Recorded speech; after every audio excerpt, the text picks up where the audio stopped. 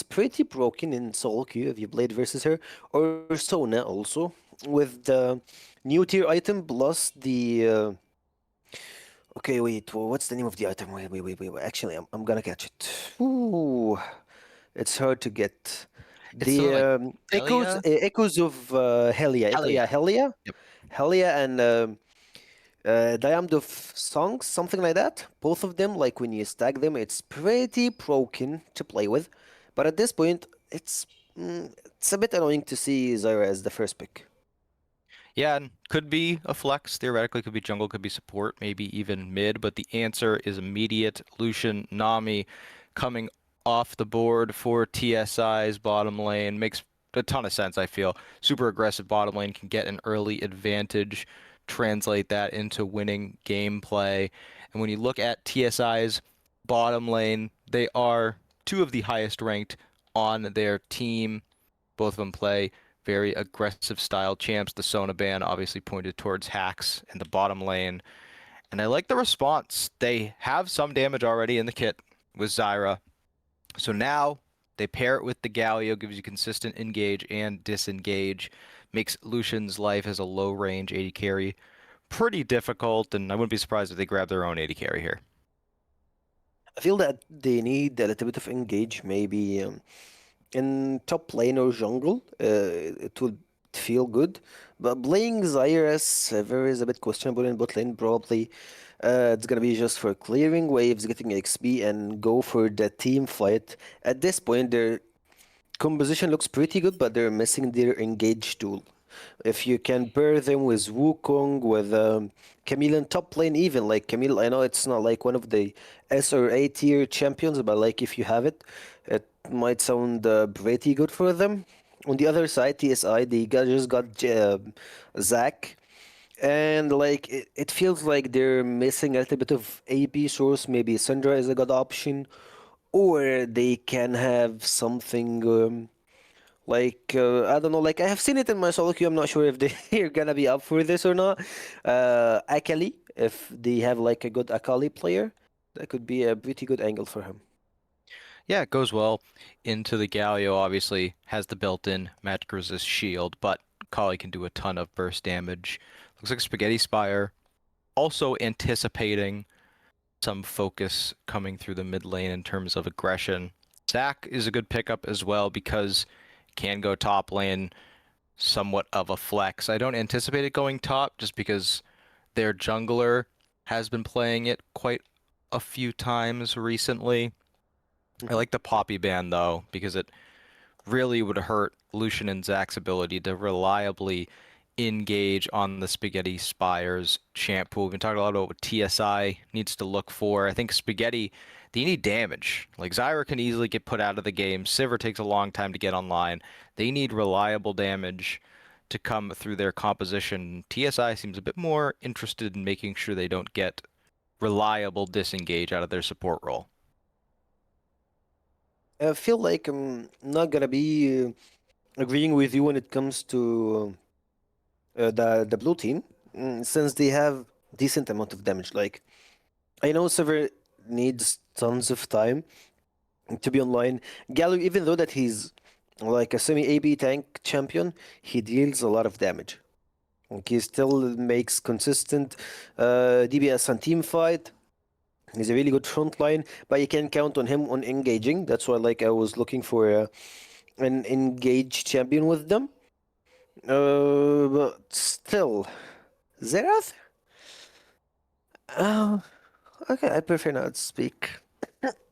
They they want to try and outrange the Galio, but I get nervous with these artillery mage picks because, like, sure, you're gonna try and win the lane, you're certainly gonna outrange Galio, but like, what happens after that? Like, how does that translate into helping your team win? I I think if they can reliably keep their positioning smart, stay away from the fights, but still in range to deal damage, they will provide decent amounts of usage. But when we look at blue team, they've gotten the Alistar. It's the hand's been revealed. Zyra likely going into the jungle, and now you've got tons of engage, lockdown. You've got a top lane that you can I love potentially this. play around if this is locked in. It's a great pick. It's good. It works pretty good with the entire composition. You have Alistair's engage. You have sets damage to make whatever you need. It's like Camille on a steroid. You can just like have AoE damage on everybody else on the other team. With the Galio Grand and Heroes interns follow up, it's gonna be pretty easy for them. I feel that TSI are like losing on draft. Yeah, they're gonna have to pick something top lane that can skirmish with the set equally, or they can pick something to neutralize it. Ornn gets locked in, so they have very good front line. They can start a fight consistently. But now the same concerns I had for TSI or the Spaghetti Spire early in the draft, I have for TSI. What happens if Lucia doesn't get ahead? What happens if Xerath is behind on items? Those are the two main damage dealers. Once Galio, Alistar, and Set buy a couple items, it's going to be very difficult for these two champs to cut through the front line and even get back to the Sivir and the Xayah. If Spaghetti Spire get to an objective early, they can really dominate the pace of play, find these objectives early, stack them up. TSI are going to have to play aggressive early in this game. Even though that Ornn's W cancel Set's ultimate, but Set is like, yeah, thank you for giving me this opportunity to have like two targets to flip them on their own team. Like basically, if you know, guys, Set's ultimate depends on the enemy's opponent HP. Like once you have larger HP, it deals more damage. So Zag is a good target. Ornn is a good target. And like once you get closer to Lucian, Nami, whatever, you're gonna Haymaker, Phase Breaker, and you're just gonna put them to bed. Like basically, it's gonna be like this. It's gonna be super nasty, even if he's 2 and 12, 2 and 13. Whatever the case it is, Set is always Set. Like he's that guy that can just like take your HP from 100 to 0 real quick in a blink of an eye. Yeah, and he can help you win the game in multiple ways. He can join the team fights, and as you say, he can turn them around using the enemy team's own front line as a weapon against them, or he can sit in the side lane and push down every single turret, win the game through their side lane pressure alone. And with the Galio Alistar, they can be their own front line. Set doesn't need to be there. They have the scaling damage, so it's going to come down to a lot of coordination from TSI to bounce these side lanes, make sure they can keep the pressure up, and also find winning engagements throughout the entirety of the game. But for me, if I was TSI coach, I would go for and instead of Xerath, I would go for Ryze. I'm not sure if their mid laner is really good with Ryze or not, but like if you look at Ryze, Ryze crits as an AP champion. Ryze makes ton of damage. He clears wave a lot better than Xerath. Cause like if you see TSI, if they went low in economy or like Spaghetti, the other guys got better eco, they won't be able to clear waves. I'm sorry, my tongue just froze. But like if you try to clear waves, you don't have enough clearing wave power. So if you fall behind, you're pretty close into losing the game. Yep, and as we see our champ order coming through, just want to make sure to confirm we're getting Zyra jungle. It's funny how this champ has stayed around in the meta. Feels like early last year it was consistently like pick or ban early games and high elo and high levels, but then it just kind of like disappeared. But in Emerald, it has stuck around throughout the years as a very fast clearing champ that can get those objectives started very quickly. Here's the thing with Zyra. It's one of those champions, as you have mentioned. It got really good. It's really good with clearing waves in jungle. It's pretty good on objective. Like Zyra, with 2-3 items on ultimate, can take I don't know, 2/3 of the Baron's HP alone without any help of teammate. That's why it's pretty cool when you play with it. You don't need your team to help you whether in objectives or anything else. Like, I'm not saying you should start an objective without having, like, let's say you're having void grubs, you need to have mid pushed, you have to get top pushed, and then you start play the objective. Other than this, you're ending. But the champion itself got a unique kit. It's like Azer and Orin is considered one of those champions since he gives you upgraded items to the entire team. Yeah, equaling about 1,000 gold in value for every Exactly. single ornament completed. Has a couple good options in this game as well. Get the Lucian and buff right around that time, and with top laners getting more XP in this season, it'll be even more important to utilize that aspect as see our entire team comps completed here. Waiting a little bit to finalize that pick out of the support for hacks. It is the Nami, which has also seen an increase in play this season. Seen it a lot alongside the Corki, but obviously the mainstay is with Lucian in the bottom lane playing hyper aggressive. Alistar, though, going to be able to do a very good job at pushing them away and dissuading those engagements. And yet, he will have a pretty hard level 1 since Alistair is one of the champions that's basically gets activated at level 3 maybe. Or before that, it's only like the flash QW under turret. That's his only play that he can get at level 2. Besides than this, Alistair is pretty useless. I'm not saying that Alistair is genuinely useless, but like, yes, Alistair's early game is not that good versus Nami Lucian. It's pretty weird to pick Alistair after you see Nami Lucian. From my side, if you went for Nautilus, Braum, even Braum, it's a different play style, but it still works. Braum is pretty good for this composition. Ooh, that's what do you think about it? Yeah, I think it would have been wise for them to. They had to grab at least the support or the bottom lane since they saw those both revealed immediately. I think, they chose to reveal the 80 carry first because maybe they were worried about unflexing the Zyra. But I think you're right. When you see Lucian Nami right away, you might still lose that bottom lane with the Braum, but you're going to be able to play so well into the Ornn Zac. I usually see people go double ranged bottom when playing up against Lucian Nami, so I'm surprised that something like Karma wasn't on their radar, wasn't banned away, wasn't picked. I do think that they were just mostly focused on having enough engage, and when we're in this elo, you got to look at what the people are playing, what proficiencies they have, and obviously it's a new season, so we don't have as much information at a glance. But looking back, it does look like it's something that Chong would be proficient in and able to play. Actually, it reminded me of something that in some cases in leagues, like, I don't know, even low masters, we always say that if you pick a champion that you're comfort on, is a lot better to pick a meta champion since you're gonna perform 10 times better than you're playing the meta champion. That's a pretty wise one from you, Jake. And for this, we're just gonna head to a small break. Grab your popcorn, get your snacks, and get ready for our best of 3 to start. See ya.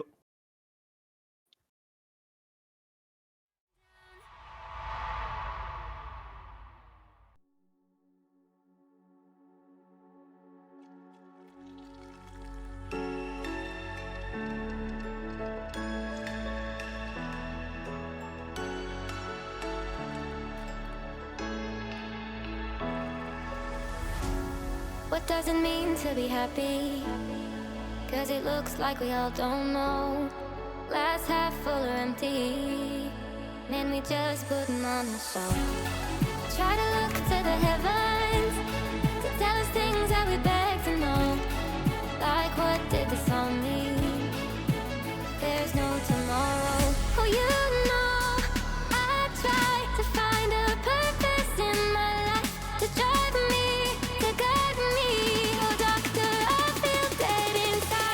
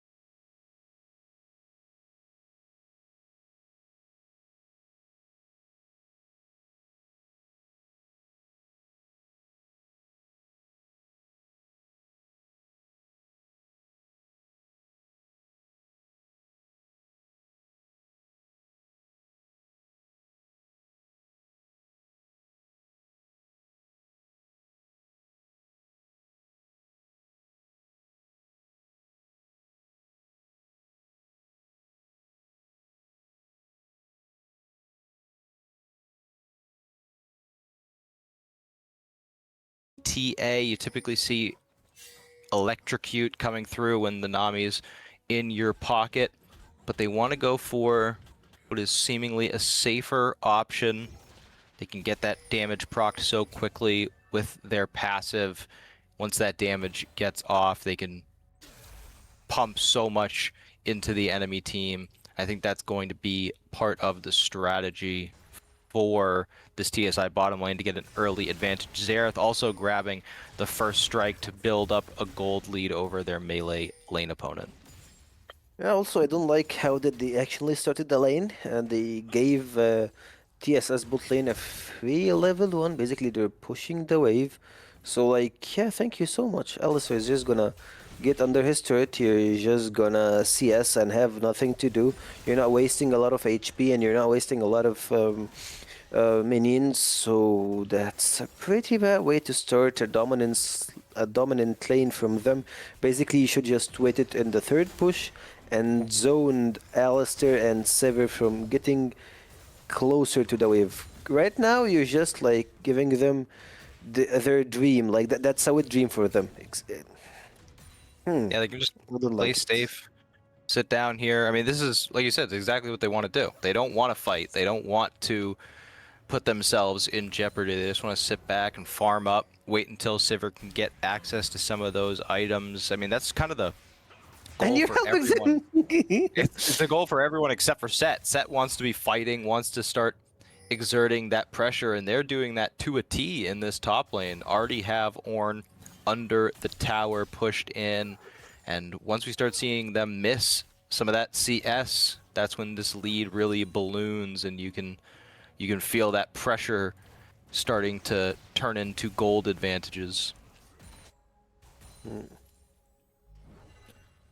Now, I believe that bot lane is having a pretty standard way to start the game. Even though you're having the dominant lane, you're having everything that you need. You're losing CS into Sever under her turret, so that's a bad way to start. Also, you're losing on the Scuttler. I believe that Zyra is gonna go for double Scuttler since the enemy's top laner Owen got reset. So that's a free double Scuttler for her, and that's gonna make Zack's early game a lot of hell since he's going for bot lane, handshake won't land, and this point exhaust goes for it. Alistair probably is gonna be the first one to fall. The flash in from Zack to make sure that you're landing the kill. So even though that you started the lane pretty good, you manage a way to through it. Yeah, they make up for that passive start with an early gank. I think it's a good adaptation out of the Zac. You recognize that you're going to get double crabbed, so what's the real purpose in going up to the top lane? You figure I'll just head down here, see if I can get our bottom lane extra kill. They are able to do so. Sheen on the first back for Lucian is going to be quite annoying for them to deal with once he gets back to lane. Now maybe Nami and them can focus on being a bit more aggressive, going for some of these more forward plays. Can, help them continue to push this advantage as we see Xerath getting extremely low, being forced to burn the flash. Playing versus Galio is not that easy, guys think, since Galio got the magic shield from his passive, W passive, plus the passive that he can just clear the wave pretty fast once he hit level 5. He have like Q auto attack for the back line, for like the caster's minion, and for the closer minions is just gonna have like 2 autos and Q for each one of them, so that's a pretty good way to have your lane pushed, unlike what he have just done in mid lane. Yeah, it's the only thing that ever stops Galio from getting a kill is how much mana they have and how much health they have. Because their base damages are just so high. Zyra's looking for a gank bot lane, but they are spotted. Yeah, he can see them. 3v3 in the bot side. Also, you can see that Galio's ultimate is here. Goes for the knockback. He got the Nami, and I believe that she is out of this world. She's going to the death realm. Double kill for the jungler. She doesn't have a ring on her, but at least she got a lot of gold she can invest in the next item. great turnaround there. They recognize that Dragon is up and available.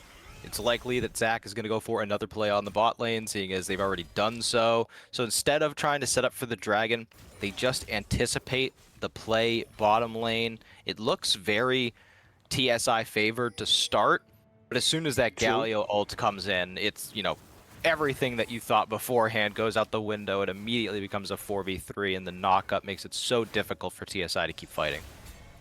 Yeah, also, Zyra's rotation around the map is pretty impressive. At this point, you can see her already up almost 4 or 5 camps on Zac, so that's something you gotta watch for.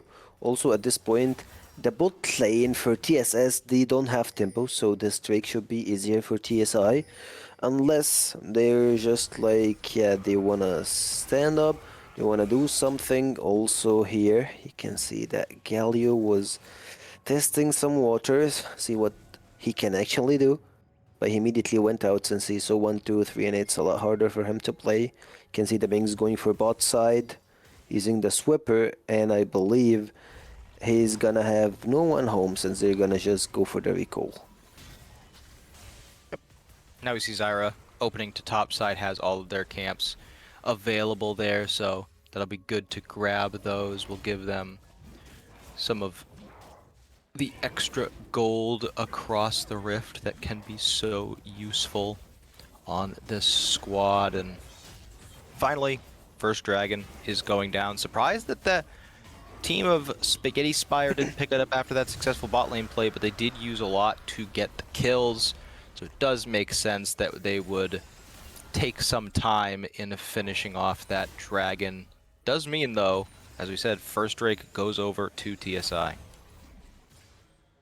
Bad tempo ends up into losing Drakes. It feels like after he had the bot lane team fight, he just had to go for the tempo recall, try to reset your itemization, get some stuff into your hands, and then try to go for the Drake, since the Infernal Dragon gives you 5% adaptive force. So that means the landing phase for TSI will be a lot better after the first Drake. Sometimes people think that the first Drake doesn't matter, but like when it's Infernal, when it's movement speed, when it's like there is a lot of dragons that pretty much makes a lot of a difference in early game, and that's one of them. Absolutely. And now we see the trade on the top side coming through. 2 grubs already completed, but now 1 stolen away by Bacon. Yeah, he's just gonna grab one and leave. He knows that he doesn't wanna go into any team fight since she got the small mask and the other thing that costs 900 gold. So she got a lot of gold, a lot of items. If he jumped in, he got no passive, and he's gonna be so dead. Yeah. It's become a much more seen strategy in the new season to just grab a single grub and then get the hell out of there, because they do take so much longer to complete now. So more teams opting to just grab one, get out, not worth the fight over the little reward you get. That does mean we are 2-1 in Void Grubs. The objective battle is pretty even as the back stopped for Lucian. That's pretty unfortunate. I bet they were trying to go get their Essence Reaver, so having that back stop is very annoying. And it's good for tempo here, making him lose tempo since he was trying to recall before the cannon minion wave. So basically he can have like some skin in the game. He get the full story written for him to get the first item after this first recall, or maybe get the third component of the item. So that would help a lot of stuff for him. And I can see that Galio's going for the AP build, is not going for the browser Galio, or like, I don't know what to call it, like AP tank Galio. He's not going for the AP tank Galio. Yeah, I'm not super surprised they aren't going for it, because you've only got one consistent magic damage threat on the other team in the Xerath. Ornn does a majority magic damage, so does Zac, but the amount of damage they're dealing is pretty negligible. Still, I'm surprised they're not going for like an early Negatron Cloak or Merc Treads, considered the Xerath is going to do very consistent and obnoxious damage. But they are opting to just go for the early Hextech Proto Belt as Bacon tries for a gank, but I mean, it's Galio. He just taunts you and walks away. Check bot lane. Ooh, that was pretty close. Trying to go for the dive. Barrier wasted. Zack's holding. You can see that is going for the ult. Misses the first second, but Zack tries to make it and he gets it. The passive is out. Zack is dead. I believe at the same time. You can see the TP. Oh, it doesn't work anymore. That's a pretty bad one. Oh boy. That's 6-pick TP. You can see the flash going up. Xerath goes for the double kill. Zyra got no mana, so it's gonna be Zero's threat at the same time. Damage shredding one after one after one. And this Alistar is gonna be the last cow surviving for the team. It just turned so quickly. You'd think, based on that teleport attempt, that they wouldn't get much out of that play, but they're able to turn it around, get more... No. The TP was for Zack. Like, remember when we used to use TP for Zack's passive? Yeah, because it would protect it, because you couldn't kill the thing that was exactly, getting but TP'd. right now it's over. It don't It's work not here anymore. Yeah. And even still, they win the fight, and they're able to get more kills by the end of it. Sivir, if Sivir could have stayed alive, the AoE damage would have been a ton there, but they had very good focus and were able to take that threat out very quickly. Yeah, I love their targeting and team fight. You basically had the whole team going for one target, then they're shifting between targets. I loved it. Not a lot of even bro teams managed to execute it pretty well. So shout out for them over this. Also, they had their recalls. They're ready for that dragon fight. So I believe they're just sitting up for the second Drake. So TSI can have the stacking Drakes. And once you have the stacking Drakes, you know this game is going to be pretty hard to play against them, since it's the majority of League of Legends right now, pro scene, they just go for stacking Drakes and it's better for winning the game. As simple as that. Absolutely. We're seeing another dragon prioritized for TSI. Like we said earlier, makes a ton of sense. Want to grab these dragons early and often. Can take them so effectively, so easily. And now they will have 2 heading into our Cloud Soul for the game. Very good one to have when you have stuff like the culling, the wave out of Nami. It goes so well. And now Queenie getting caught. Yeah, Zyra, she just went too deep, even though she saw the control word. She saw the pink word and she just like kept going for it. She got the red, but she lost her life. I don't think that was worth it. You tried to make the cross map play like, yeah, I get it. You lost the Drake, so you're trying to get something for yourself on the other side of the map. But you gotta respect the vision. You gotta respect the information. Once you don't see the mid laner or the top laner, you can just like leave it and go do something else. But that was the case. And at this point, you can see the 1v1 top side. Haymaker, Facebreaker, Galio ooh, is juggling here and there, going right and left, and dodges Xerath damage. Ooh, he barely survived. Yeah, and able to get out just by the skin of their teeth. Now coming around to the top side. There was so much fighting going all across the map, and I had a hard time keeping track of it all. But we do have some resets coming through. Deathfire Grass completed.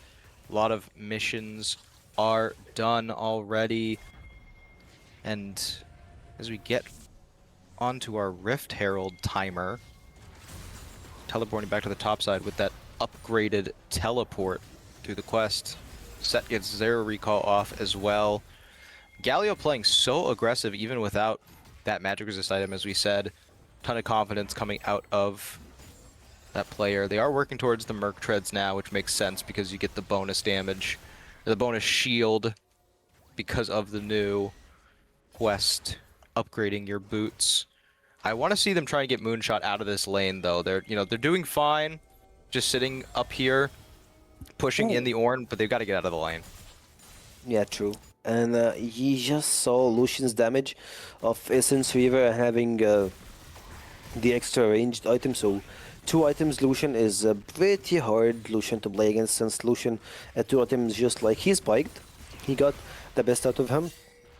And like, yeah, those are just like two top laners having a normal day, a normal refrigerator day. They're just like, yeah, bunching each other, and at the end of the game, you can see like each top laner got 50k damage, and you don't know from where, and like it's basically just trading in lane. Like, look at their CS. Like, the guy just won the lane. He got 3 extra CS. Yeah. And it's actually a gold lead for the Ornn. It's only getting more difficult as Chong is trying to go for another fight here. Yeah, checking in the bot side, you can see the trap goes for Lucian. A huge shutdown goes for Sever. Alistair flashes in and punches back the fish into his AD carry's hands. And at this point, you can see Shurima collecting a lot of souls on both sides, but Azerath will stop them from having anything. Only 2 plates will land on them. On the other side, you can see them securing the Rift Herald and the cross-map play. Yeah, it's very well done. Cross map for the Spaghetti Spire. Try and pull this game back in their favor. 2-1 and 3. Sivir completes the call. TSI does get first power down in the mid lane thanks to that Rift Herald. So will be pretty advantageous for them, but still good gain for the Spaghetti Spire considering they have scaling in their favor. Interested to see how they start to mobilize their top side of the map to better take control, try and get some more permanent objectives across the map. I love that MBK is just harassing their bot lane. He's just like doesn't give them the room to recall. He's taking tempo and he's collecting the control over the map. He just like got to the ADC and support lose their primarily position in mid lane, and also he's making Galio trying to be permanently stuck in the mid lane, so that's not good for his bot lane. And Lucian's damage, the time is clicking and it's ticking. Looking at just like one auto attack into Zyra, he's making tons of HP damage. Just take almost 1/3 of her HP in one auto attack. That's something you gotta be careful on. The Drake is gonna be spawning in less than a minute. At this point, they're just trying to get the mid lane. The wave is here from Nami. Zack's trying to attack. The jungler is pretty low. You can see the attacks going from either way of the entire map. Locket helps her to survive. Zyra goes out. At the same time, you can see the ultimate going for this hero's entrance, playing slow, moving up. At the back line, Galio clutches in Lucian, but it's not easy for you to get him. Nami's beating is pretty rough. Also on the other side of the map, getting 1, getting 2, and the third is over for them. I believe the third rake is going for TSI. Yeah, Spaghetti Spire, they just can't pull the trigger. They chase down Nami and Ornn so far. By the time they decide they aren't going to catch up to them, the Zac jumps in behind them, locks them into that fight. Sivir and Zyra get so separated from their team. All of your damage dealers, they're stuck out of the fight, being zoned away by Xerath. Means you don't have access to the fight. Galio had to ult like 2 feet next to him just to try and regroup with his carries. You end up losing the fight, you lose the dragon, you're up against Soul Point. And that's, we're only 20 minutes into this game. It's getting pretty difficult. Back's already up against the wall, and Lucian, as you mentioned, has 2 massive items. Decided not to go for the Navori, went for the rapid fire cannon instead, recognizing that enemy team is relatively low range, and you can continue taking advantage of that with this item. Speaking of taking advantage, Lucian is going for it. The wave comes from Nami and the culling goes for this mid laner. And adios amigos, see you later. Yeah, Galio Mabel goes to the next Scissor, round. understanding just how much damage they have, calling for it, saying, hey, just kill this guy. Grabs the kill under turret. That's another couple hundred gold. This Moonshot, like I said earlier, it's gotta get out of this lane. You have your quest completed. Gotta go help the rest of the map, because you're bleeding pretty heavily through this bottom lane, and TSI know it. They're just keeping Axe and Maple Scissor down here. They know that they don't have to put them anywhere else. Baron's up, but no one's going to be taking that anytime soon. So just keep your Lucian Nami bottom lane, continue to put pressure down. that same pressure we thought that Set may start applying. Actually, it's coming through Lucian Nami. Like, if you see TSI, they had just, I'm sorry, not TSI, TSS, they had just like one quest, not to die early game, try to be even with TSI, and after this, you know that you get the win. You have a lot of damage for late game, you have Zyra, you have Sever, and you have Set. So, 3 damage dealers with a global ultimate that's all that you need to just have everything in your side. The culling goes in the mid lane. Also, the follow-up with the mid laner's ultimate here. Zac goes in, but the exhaust here, it's not the perfect target. Also, from downtown, shooting MBK gets one, gets the second, the third, I believe, will just survive through the ultimate. And it's so weird what's happening right now. They're just pushing them consistently. I'm not sure where Galio ulted in that fight. They tried to ult away, but I think they ulted very close as Ornn. Forced to use the flash. I was going to say, I don't think they needed to do that. They were pretty advantageous, but the ult comes out. Oh, smoke. Clap. He smoked Absolutely him. clapped him, smoked him, whatever you want to say. This is the one lane that they could at least count on. They could be like, well, at least Set's kind of winning his lane. Not anymore. It's a stride breaker against an unending despair, force of nature, and steel caps. That's a hard fight for Set to win. I was going to say Ninja Tabis. Oh, I missed Ninja Tabis. I'll always call it. If I have to go quick, if I don't have time to stop and think, it's Ninja Tabbies Yeah, always. it's always Ninja Tabis. Yeah, I mean, Yeah, I called now that we have Luden's Echo back, I called Luden's companion Luden's Echo the whole year. I was like, it's the same item. We just got a different gun now. But speaking of items, we see some more coming across. We have Xerath with the Rabadon's Death Cap completed. This is going to be a very scary artillery mage. We do have Shadow Flame completed for Zyra, and Galio, interestingly, now is going for the Hollowed Radiance MR item. I mean, what we were talking about earlier was like, hey, you go for it first because you're laning up against the magic damage dealer, and then you go into more AP-oriented items later on when you open on the map. But they're deciding now that there's only one damage dealer they got to deal with, they'll go ahead and get the item. And I do understand the Xerath is pretty big, but 40 seconds-ish until this dragon spawns, they've got to try and get control of this bot side. Now, the weird thing that Sever actually used her ultimate this early on the Steam fight, I don't think that's how you really want to start it. The culling goes from Lucian, just for the poke. And at the same time, you can see TSS are trying to hold the mid lane push, which is just trying to make TSI doesn't have the ability to get into the river itself. But I believe they're going for the counter play. They're just going for the tier 2 in mid lane. You didn't push the wave, you just have to pay the cost. Yeah, it's like, who cares about the dragon? We've already got 3 of them. Let's just take the mid turret, and they're still going to be able to find a fight. Alistair goes for the back line. You can see double man being knocked up here at the same space. The follow-up goes from the mid laner, Galio, at the backside. You can see the 1, the 2nd, and the 3rd. Drakes gets immolated, and that's their first Drake of the game. You got triple kill, you got the Drake, but Xerath is not gonna make it that easy for you to run. Zac jumps from way downtown to collect kills. Guess what? You get the kills, but you lose your life. Ornn is able to hold the pressure for so long on 0 HP, that unending despair, keeping them alive. It was the most winning fight we've seen out of Spaghetti Spire in quite some time.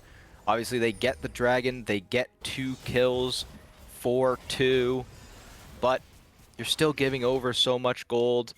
It was a shutdown, but it ends up going on to Galio. Another kill goes on to Alistar, so not the best targets to be getting that gold. Sivir does have 3 items now. And Hollowed Radiance is completed for Galio. Finally, they can move on to some more tank-oriented items as Bacon trying to find an angle onto Zyra. Gonna force out the flash. You had to reposition herself. It's pretty hard for her to just walk into her jungle with no vision, not at all. Alistair tries to get some information for her. Also, the upgraded items goes for Lucian, so that means Lucian is gonna have a lot of damage in team fights. He just got the IE plus the 100% crit, so yeah, server, Galio, you name it, he's just gonna make them cry from the damage he's gonna be providing in the upcoming team fights also. They have full control over Baron Nashor, and they're just starting it right away. Foresight gives them the enough information to know that they're actually going for it. At the same time, Zac is here trying to contest Alistair, clearing the wave. Mid HP, the Baron Nashor, they're trying to push her out. At the same time, you can see them going for the jungler, and she's out. Blink and you miss it. That's not gonna be easy for her to survive anymore. Sever doesn't have ultimate flash or the barrier here, so she's just gonna try to survive out of what's happening. Haymaker, Showstopper, whatever you have, it's not gonna be enough to kill TSI in this team fight. 5-man ruling, 5-man rocking, and they might be ending the game right now. They're able to get a couple extra cooldowns out at the end of that fight. They peeled for Maple Scissor so well. Set just using their abilities a little bit out of order allows Maple Scissor to stay alive, but Xerath's teleport was forced out very late in that fight. Sivir realized that they couldn't really help. Xerath was poking them out from 2 screens away, so they just went mid and started hitting the mid lane turret. Does force that teleport out. Set TP'd in to start the fight though, so it's pretty balanced out. Great pick to start it all off onto the Zyra. Just kind of caught on vision off to the side. Zac goes in right away. And, you know, Sneaky having a great game on the Zac, finding multiple engages, getting the bottom lane ahead. And this Lucian is such an enormous problem right now. Infinity Edge, Essence Reaver, Rapid Fire Cannon. Doesn't need Nami to protect them anymore. Going for the LDR to cut through Set, Galio, and Alistar. After that, probably going to be even more tank-oriented, sustain-oriented items. Guardian Angel BT, and now using the culling, just chunking out Galio. Ooh, he got near almost half of his HP. ADC is out, jungler is out, and I believe this Galio is just gonna be the the second one to die. Yeah, actually, looking at their itemization, looking at everything, I believe that TSI, they got the icing on the cake. They just like pretty good. They had a pretty questionable early game choices, but after this, the tempo, the management of their lead is just showing off here. Ornhorn goes 3-man knock-up, never mind. The tier of gods will make her survive, also damaging NBK. I really want to highlight that he's just here surviving, making tons of damage and helping his teammates to get it done. Sid finally makes it and goes for hacks. Makes the comeback, maybe ultimate here from Sever. The fight back might be going. Double man knock-up from this Alistair, but no ultimate will make him survive. 1, 2, 3 inhibitors are out, and the base is pretty wide open. Galio? Still, oh, finally, the Galio has turned this fight around so much, but Xerath could get a penta if he just uses his abilities. Oh, he's got no mana, that's the problem. There's a third. I believe it's just like a matter of time till they finish the game. Base is already open, 2 inhibitors down, and the Baron minions and TSI gets their first W. They made it a little bit interesting there at the end. Moonshot gets the execution onto Nami. Galio respawns just in time to cut down Lucian, but in the end, you've got a 10-0 and 8 Xerath that no one's dealing with. And that is going to mean game over, game 1 to TSI. Speaking of that, I felt like I've criticized the pick a little bit since I rarely see it in solo queue, in high elo, or in any competitive gameplay. But like he's just like he got it. He got the items, he got the laning, he got the CS. I love that he have 271 CS at this point of the game. It feels like almost perfect CS. So you got the perfect CS, you have the perfect KDA, and you're just having a pretty good position over the team fights, and you make a really good DPS. If you can see the damage graph, you'll see that he's one of the top 3 damage dealers in the entire game. So shout out to him.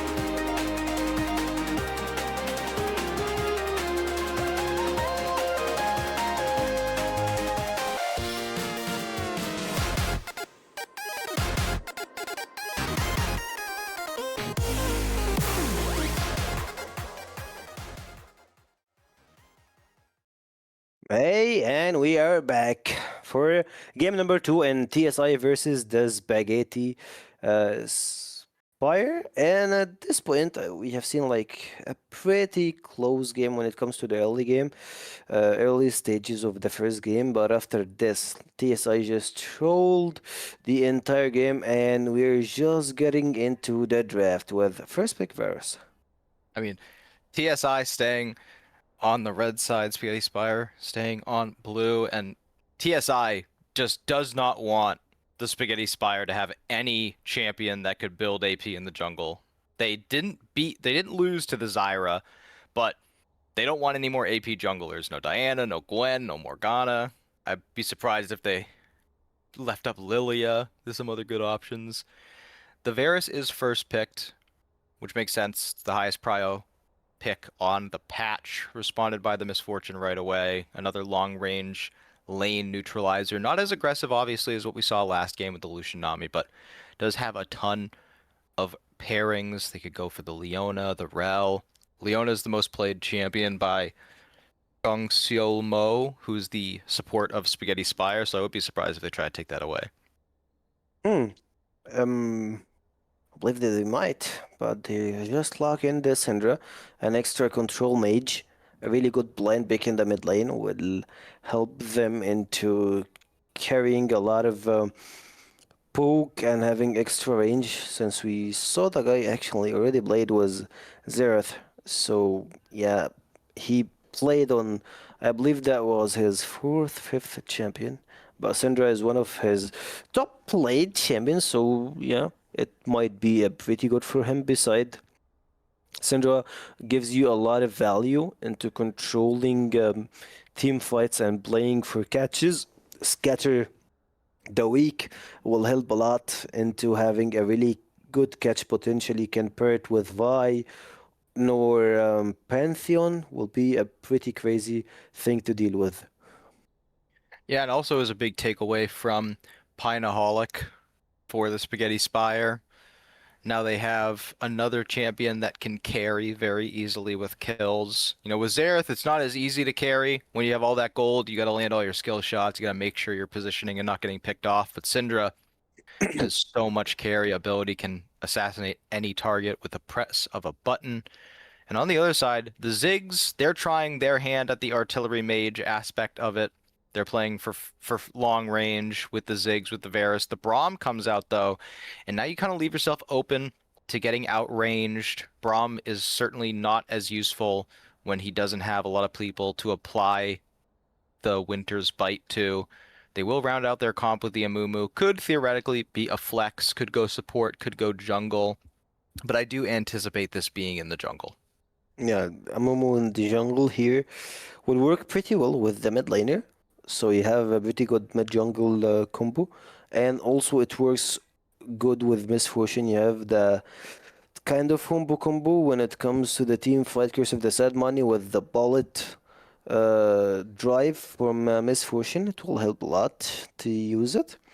As in the team fight also, when it comes to early game with the mid jungle synergy, you have Mumu's bandage toss, Curse of the Sad Mummy, and on the other end you have QE from Syndra as a combo, and I believe they're gonna try to shift their attention into jungle and support. And for TSI, you need some extra engaged support. On the other hand, you need something like Jarvan, exactly as they have just removed it. So Wukong, nor I don't know, Wukong is still the only option I believe would be good for the spaghetti guys. Yep, Wukong would be a good option. Xin Zhao could be good, using the ultimate to block a lot of that ranged damage away. I like this Rel band too, because it pairs so well with Misfortune. It's so easy True. to get the bullet time locked down on multiple targets with the Magnet Storm. You gotta pick your support here, though. I know a lot of teams like to save their support for last pick, for counter pick, but you already see Braum. You see their entire bottom lane. Save last pick for your top lane. Ornn was kind of getting pushed in last game, but he managed to survive it all. Even got a solo kill. So I'd say give your top laner that counter pick let them try to win this lane, and maybe you can win through that side of the map. And you can see that you basically have everything that you need to start playing on the bot lane. As you have mentioned, Bromverse are already logged in. Nico will be the support, which means you're gonna have a lot of shenanigans and weird play style. Like you gotta count minions, you gotta check for the pushes, you gotta see how it should be done versus the Swambo combo. On the other side, woo, they're going for that's more of a solo queue composition if you went for Kindred. Alright, Kindred is good in early game jungling, but I'm not a Kindred fan. That's all I'm gonna say. Yeah, and I'm usually only a Kindred fan when they have some sort of enchanter on the team that can protect and buff up the 280 carries you'll essentially have. But top lane's all that's left. They have to blind something. Looks like it is going to be the Renekton most blinded top lane. Okay, never mind. They're going Ooh. Gangplank, one of the most difficult champs to play in the game. They're pulling it out here for game 2. Bold pick in the top and jungle. GP is just like you need to be an artist. You need to have some sense with the barrels. You have to play a pretty weak early game, but once you get out of early game, you know that he's just gonna make you boom. Ouch. I'm surprised. Sion is a great champion. Great champ right now in the meta, but I'm surprised you wait all the way to last pick just to play one of the most blinded top laners in the game. So That you can blend Bickett.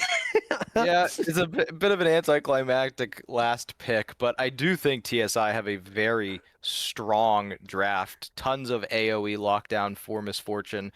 Good scaling with the Syndra and the Scion.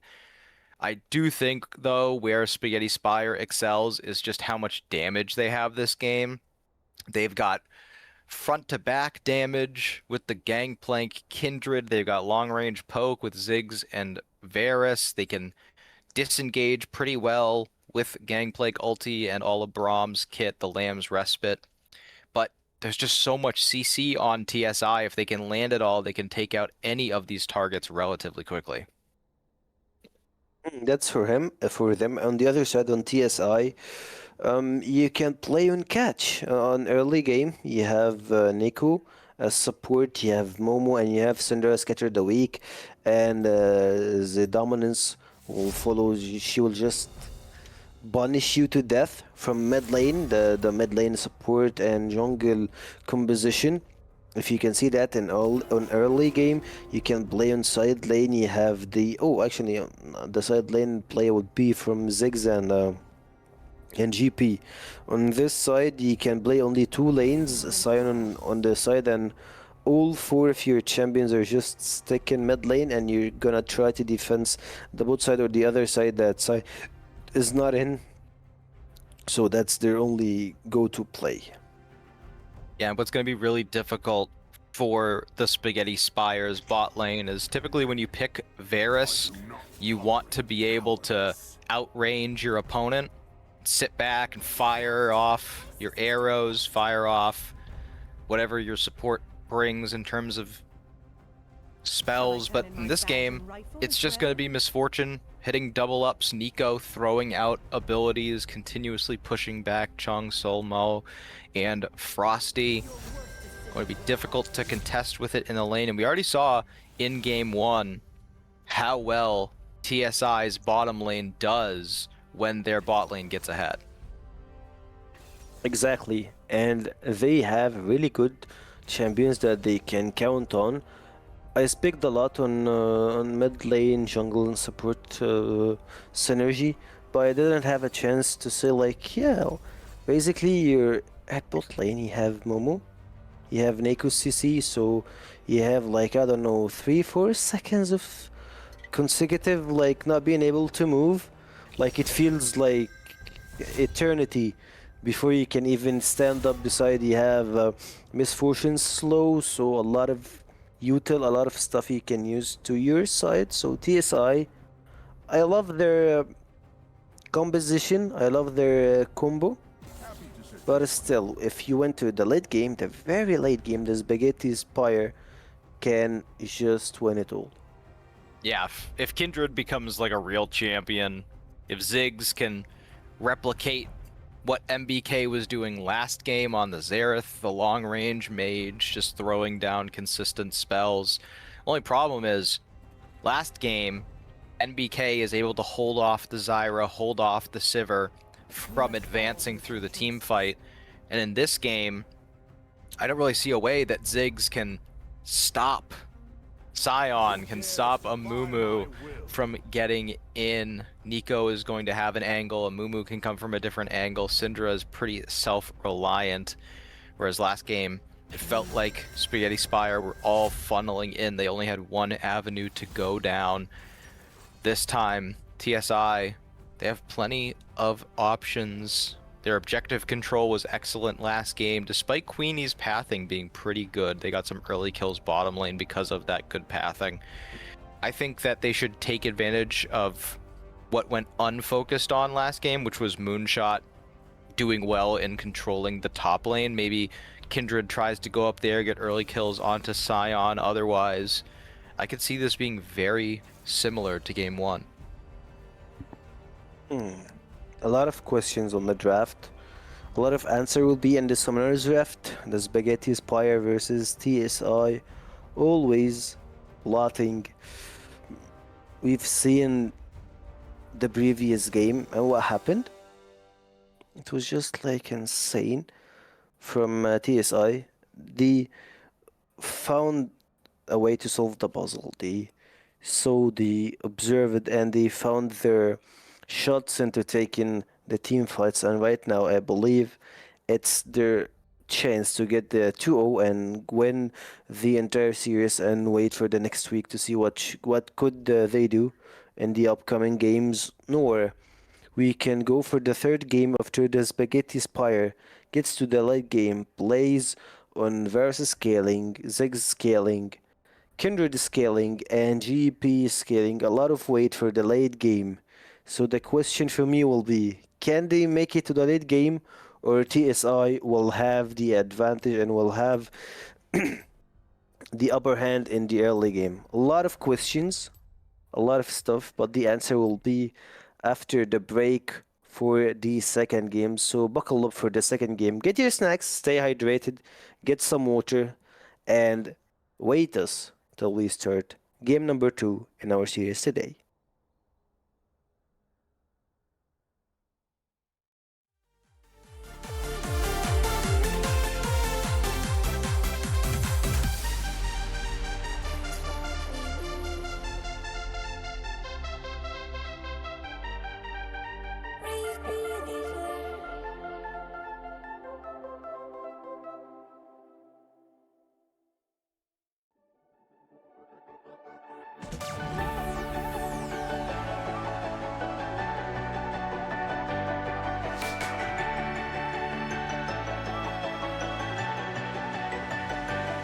You've done it from the start, inside my corner, yeah. When it gets cold and dark, you make it warmer.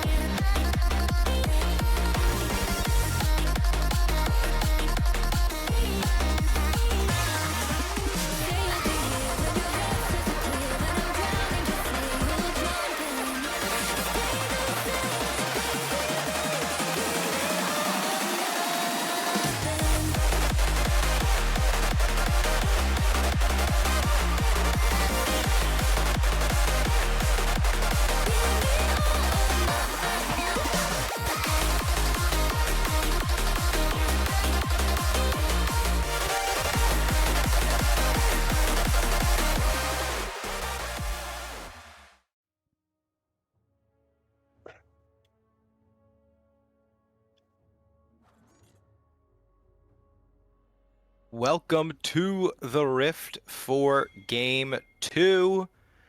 It could be our last game of the night, or we could be heading to a full best of 3. TSI picked up Game 1, and with a very similar composition coming into Game 2.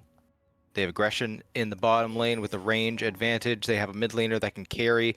They've got a jungler who can start fights, scale up through the top lane. Feels like they're pretty comfortable, whereas the Spaghetti Spire, they have to have a lot of stuff go right for them to win this second game. I love that Varys got the barrier also. Sorry, the cleanse, since he got a lot of CC from Neko, from Sandra, Mumu. If he just got one of them connected to him, actually, it feels like if he got closer, he's dead. Either way, if he got the cleanse or no, but at the same time here, you can see the both jungler pathing towards both sides, so you know that the first scuttler we're gonna see a lot of clash in bot. Yeah, and it's so important for Kindred to get priority on the Scuttle Crabs because she will get that first mark and get towards the 4 marks, which is the most important of all the buffs, where she gets a range extension. Before that point, she's very annoyingly low range, hard for her to actually take advantage of that aspect of their kit. But once you get those 4 marks available from counter jungling, from taking those Scuttle Crabs, you can become a real champion, exert your pressure on the map. And looking at some of the other Keystones, double first strike for the mid and bottom lane of TSI. Everyone wants the extra gold in this patch. 2 first strikes actually on both teams. I bet we have some cashbacks in their pockets as well. Yeah, I like it. On the other side, I love that NBK went for something we normally see in higher elos. NBK went toward the chickens. At the same time, I can see them planning for the invade. They pushed the wave, they went for the invade, and oh boy, this jungler got a flash for his life. I love it. I love the aggression, and I loved also him pinging for the exact place that you're gonna see him at after he warded it, but at the same time they believe that they're gonna try to fire back right now, stunning 2 members, flashing out, surviving here, auto attacks here and there. Braum whiffs his Winter's Bite Qs. Okay, we're back in IBSG, I believe, but like, it's whatever. Yeah, I mean, that was a lot of chaos, and the only thing that was burnt was summoner spells. No flash for Varys, Kindred, or Ziggs. Nico did have to blow both of their sums, but not the end of the world for Nico, who can use the shape splitter to be so evasive and obnoxious, camouflaging themselves. Really? Yeah, I mean, it all just kind of like, it was a great start when it was just Syndra and Amumu walking in, but Nico and Misfortune taking a dangerous path, almost getting collapsed on, but now they come back to lane, and Varys had a momentary CS advantage, but they have a huge wave stacked up that Misfortune's going to be able to farm under their turret. As we see Smoke, bringing the smoke up against Moonshot in this top side.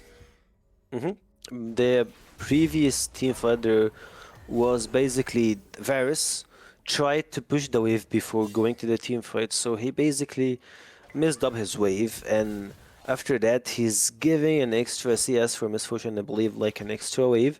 At this point, you can see that Quinny is going to just clear the wave of, clear the vision, so he can have another run path toward the top side. I don't think that he will be looking to gank Sign, like that Sign. He can't do that. Yeah, it's so hard to actually find an angle. Even if you are Kindred, sure, you've got decent damage early. That Furnace, Soul Furnace shield that Sion gets is so enormous. And actually, they're going to back to base, get some long swords.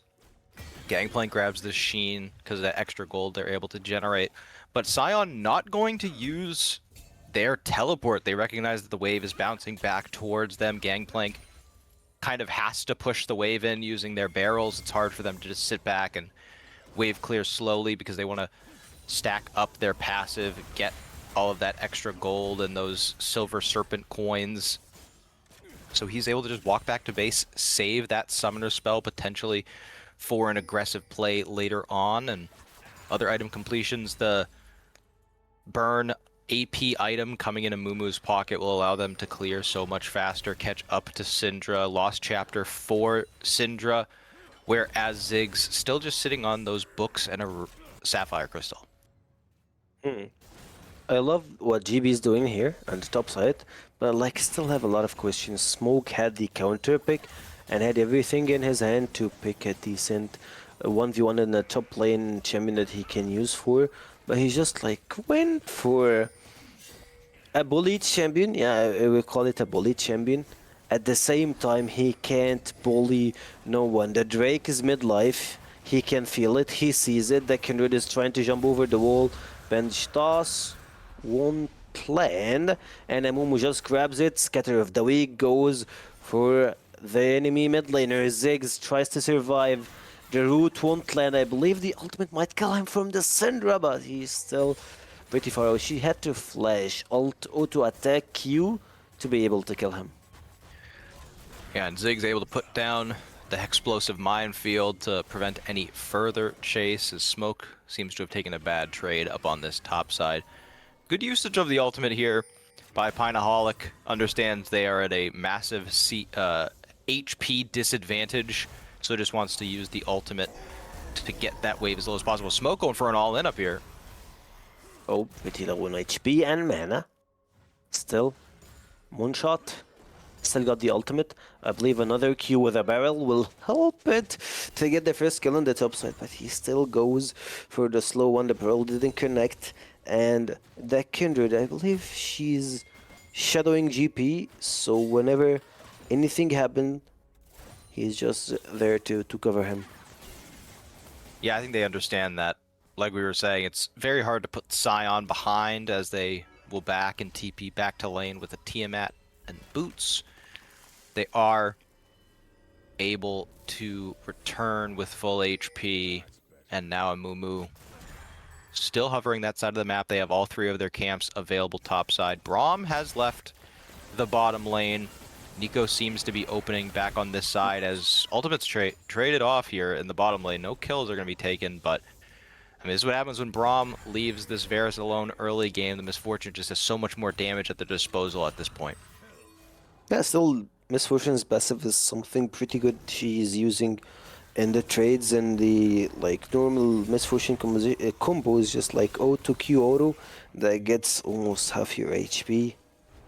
Void grabs, midlife. Braum is here, throwing some passive, gets the first one, and I believe that Mumu will just get the second one here. Auto attacks here, Scion moves, 3v3 situation, slows, move forward, bench toss might go for the flash ultimate, but he still goes for the void grubs. The last one remained. Pretty low HP, Braum moves around, gets the last one on Kindred. The flash in, bench toss, and Mumu gets the first, second, but the barrels makes them all disappear. Pineaholic gets so close in the end here. Yeah, it's over. Has to Pretty good flash. fight. Has to flash over the wall. In the end, Smoke still wants to find it. Great ultimate. Forces Syndra into the middle of that Mega Inferno bomb. Does the max damage, and you can see Smoke and Hacks, they still want to go for this find. They're going for it. The flash auto attack with the Q fast clear. Kill in mid lane. Kindred goes for it, but Blossom knocks them up. No mana on this side, so it's gonna be pretty hard for her. The root goes. Syndra's moving. The whole squad is here to cover your support. Not just a support, that's a core member of your team, so you're just putting everything in corner to support him. In order, sorry. There's a reason that Nico on this patch has essentially a 50% pick ban rate. This champ is so obnoxious, able to make plays all across the map and living with a sliver of HP. And just like that, this game has seemed pretty chaotic on both sides. Kindred did get 2 of the Void Grubs, was able to steal one away with an auto attack. But then you take a look at the gold, you take a look at the scoreboard, and it's 5-1 in favor of TSI. And we talked a lot about the scaling and damage on the Spaghetti Spire side of things, but there's scaling on TSI's side. This Scion has 2 kills now. Tiamat and Steel Plates are in inventory. Syndra's working towards their first item, has the Hextech Alternator. Misfortune just grabbed a Yumu's, so they're going to be even more self-sufficient in this bottom lane, able to move so fast, get to lane so quickly. And once we see these quests begin completing, I mean, TSI can break this map wide open. I don't like the Youmu's Ghost Blade for Misfortune. I thought that he's going for a Collector and going for the critical bolt, since you don't have a lot of tank members, so you're just gonna collapse, like make them obliterate through just auto Q auto, and the critical damage will lead everything that you're looking for. At the previous team fight also, you saw the damage that GB provided. He just with one barrel got almost half each and every one of them HPs. I believe it was a critical one, critical chance. Even though he got almost only 15 critical chance, it delivered. And at this point we can see a gang on smoke, and he's just getting smoked. A huge shutdown goes to Kindred, and I believe another quest goes for him. I'm not sure how many of them does he have. Oh, I believe it's only one. Oh, a shame. That's so bad. Yeah, he gets the first quest completion around 11.5 minutes.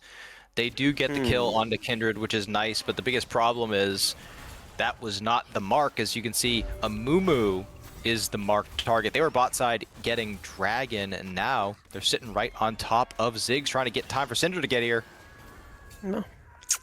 Chain CC'd, double Dunderstaff, plus the Curse of the Sad Mummy will be a lot of time CC'd, like he had nowhere else to go. And for the upcoming team fights, I don't think that they should be forcing a lot of them in the early game. You still need your items, you need something to have some damage with.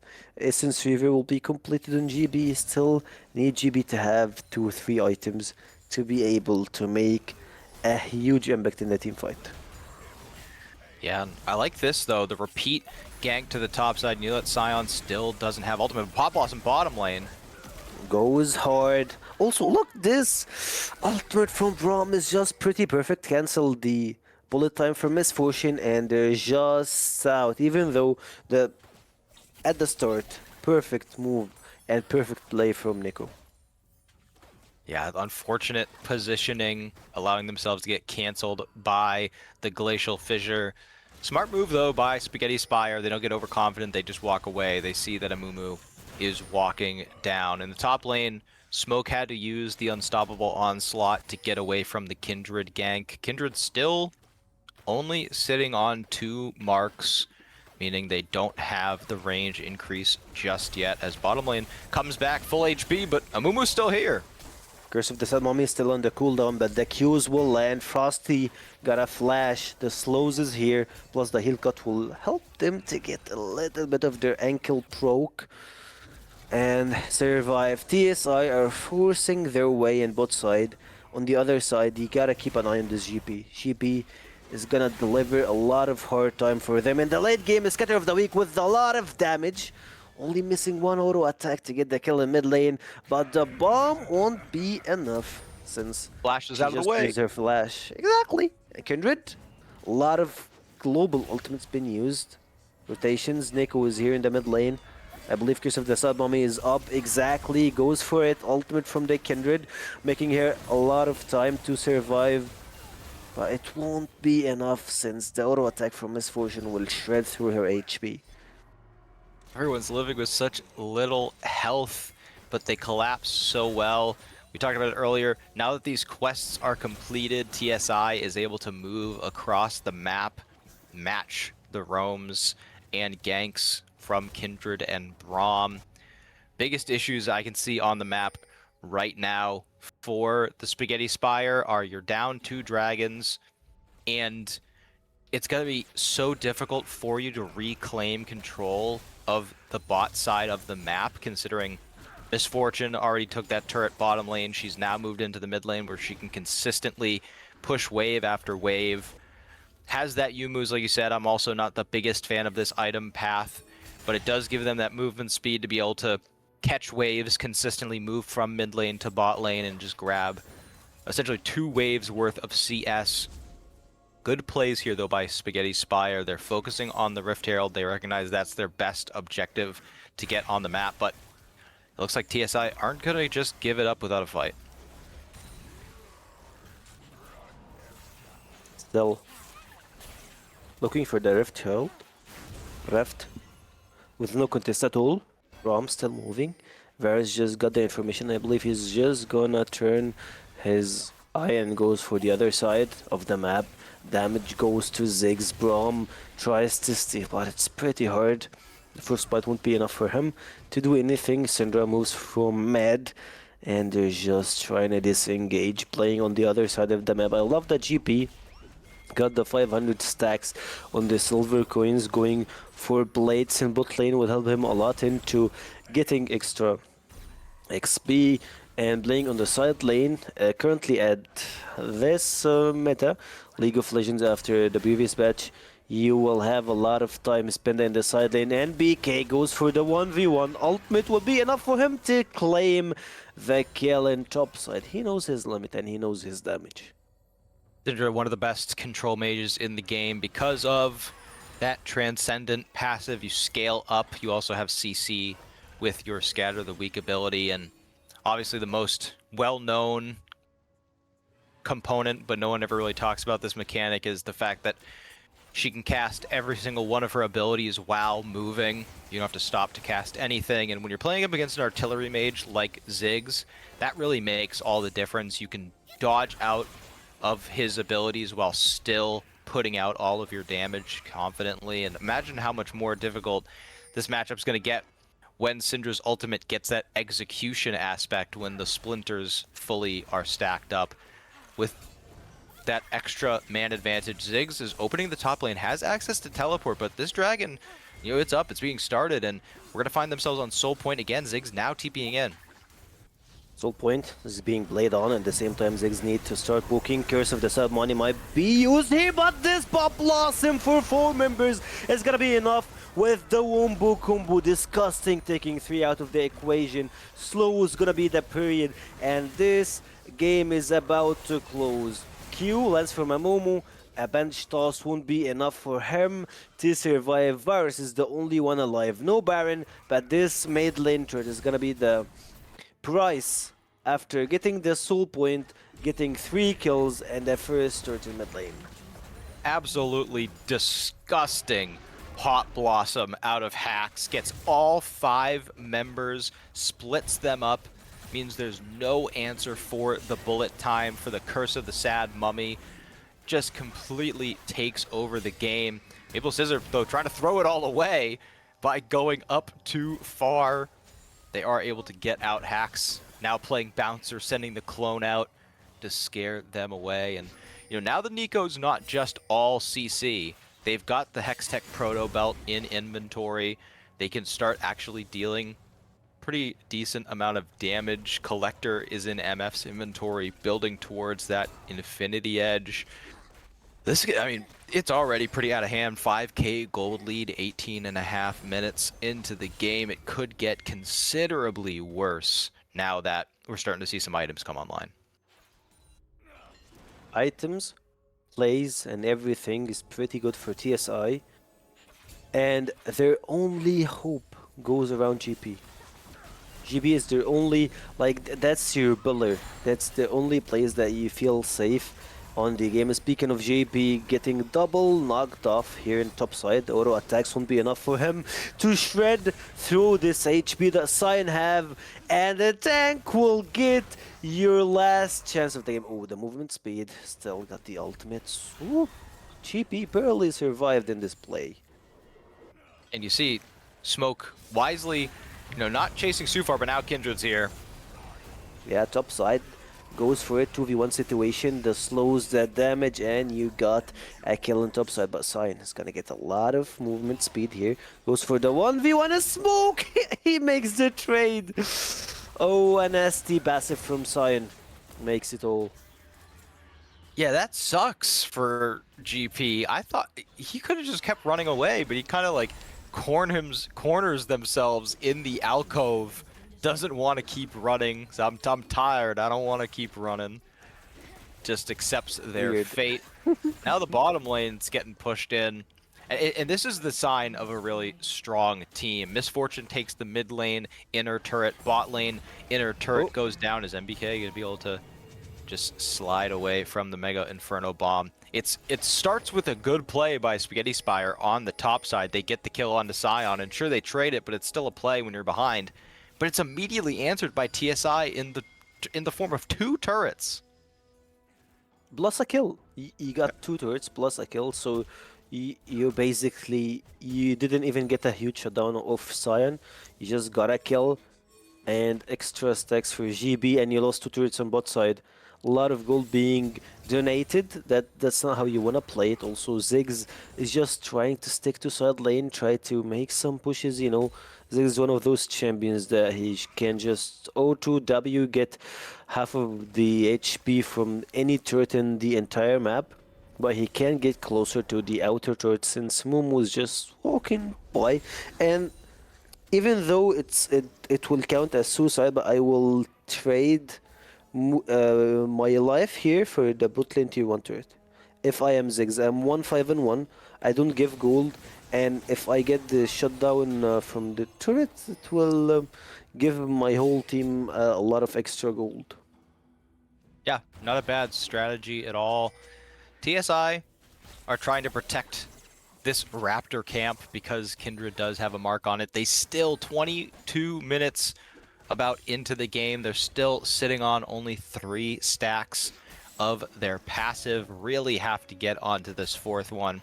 It's so difficult for them even in the matchups against Amumu and Scion melee champs. They're still such low range. They can't walk up. And then when you get into these bigger team fights, you get the bullet time being cast from so far away. You've got to stay away from Nico, from Syndra.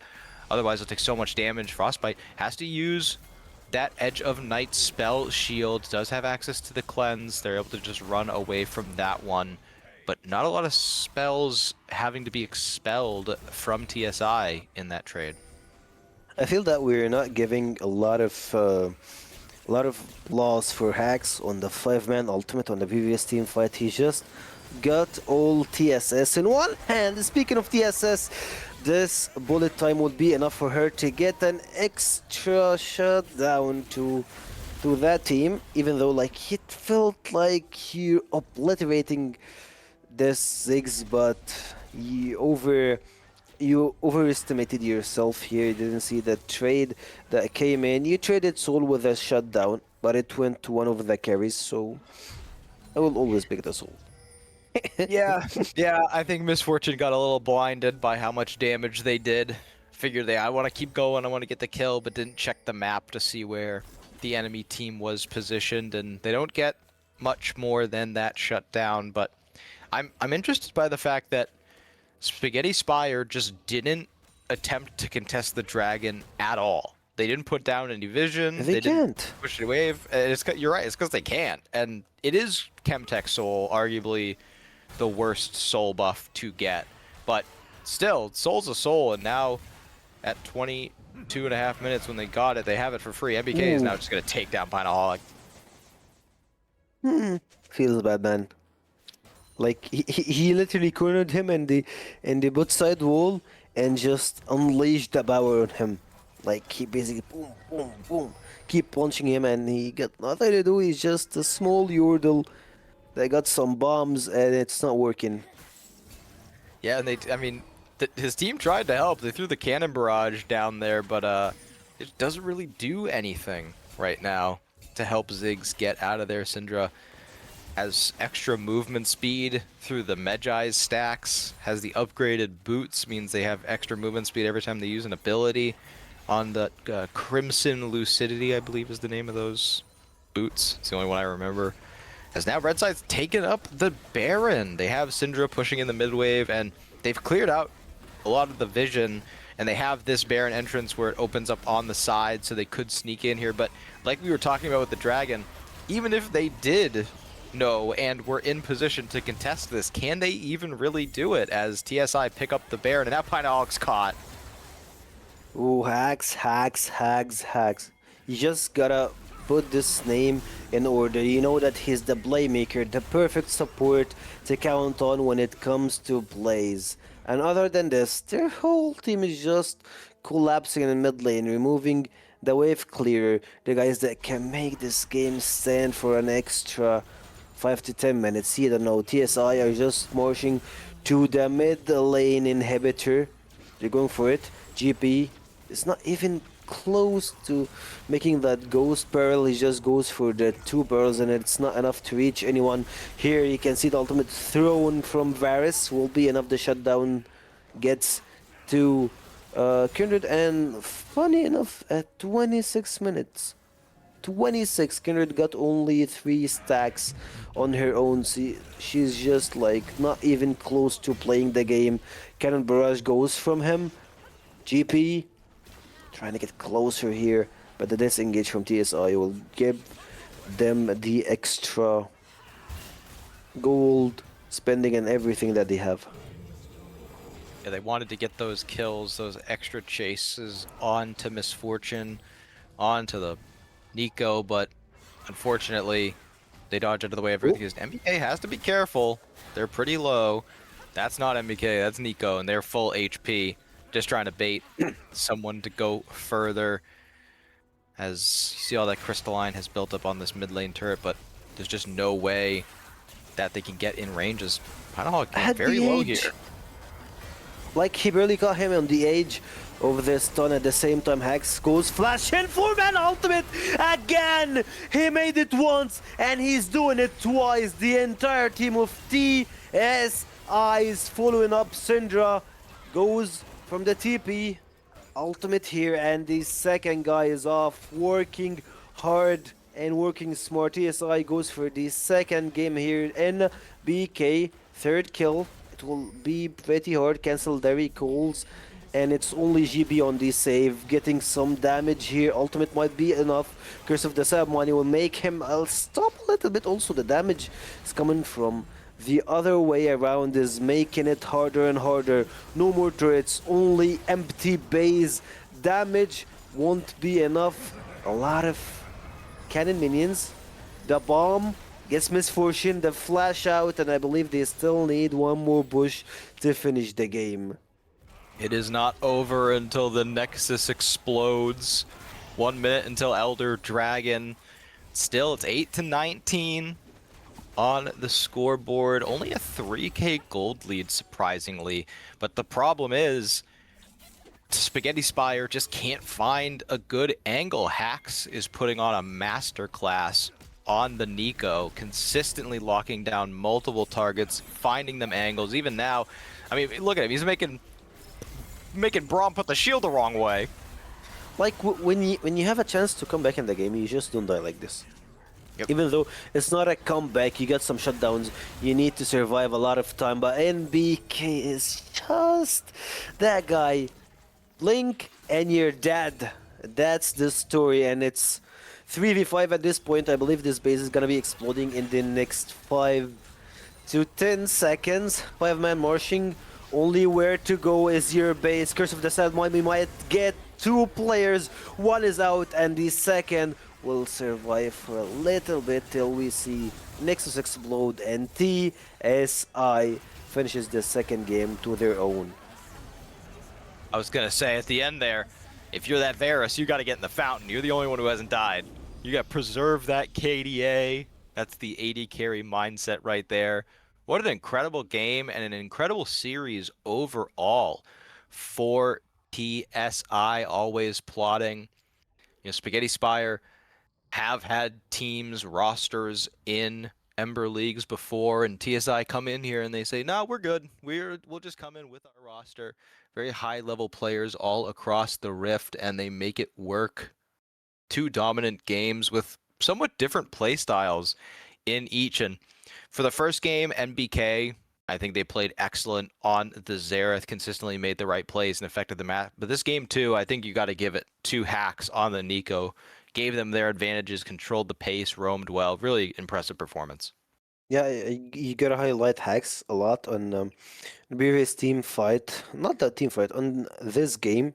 He made three team fights looks pretty easy. 5-man ultimate from Neko, 4-man ultimate, and managing to roam across the entire map, helping his teammates. Even though, if you remember, at the earliest of this game, he went in after knowing where the enemy Kindred were, and they just went as 4-man invading Kindred on early game. Gives Amumu the edge in early game, since you know that Kindred gives a lot of value more than Amumu in early game when it comes to damage dealing in the early team fights. So you just remove this aspect and give it to your teammates and make Kindred fall behind. So GG well played.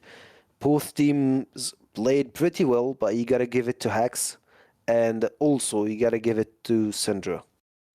And it's crazy In how BK. similar these games were. I mean, the first game it was 22-9, this one 23-9, and you see they had a couple of dips in this one as well, but overall they cleaned it up. They didn't fall as far behind early, pushed down. The only thing I think I could give in terms of like improvement in future games is when it comes to finishing, they have the Baron, they have the Mountain Soul or the Dragon Soul. They should be pushing on multiple lanes. They funnel everything into one lane, mid lane in both games for the end push.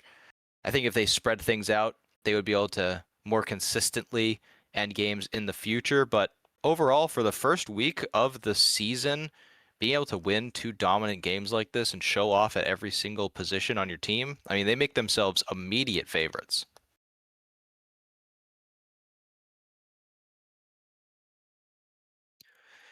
And as we look forward Oh, my in bad. our season, this is, only week one.